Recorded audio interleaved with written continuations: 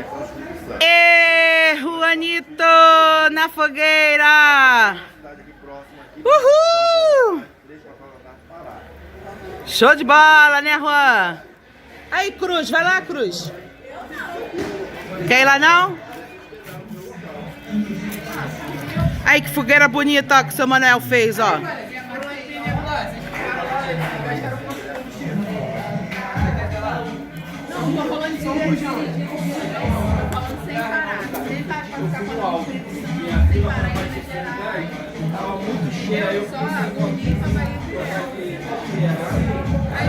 O que você tá fazendo aí, Juan?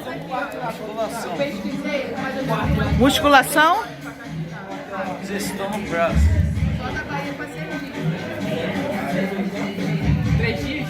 Não. 1 dia? Pô, ela falou que achou um perto de 3 dias.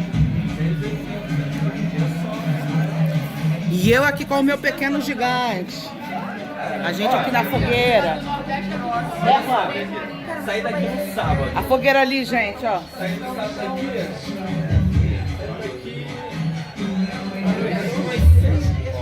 7 horas, eu acho. Da noite. Cheguei lá. Sereda. Quase 8h30, quase 9 horas. Cheguei lá. Aí chegamos lá pra pousar. Porque pra dar entrada na pousada.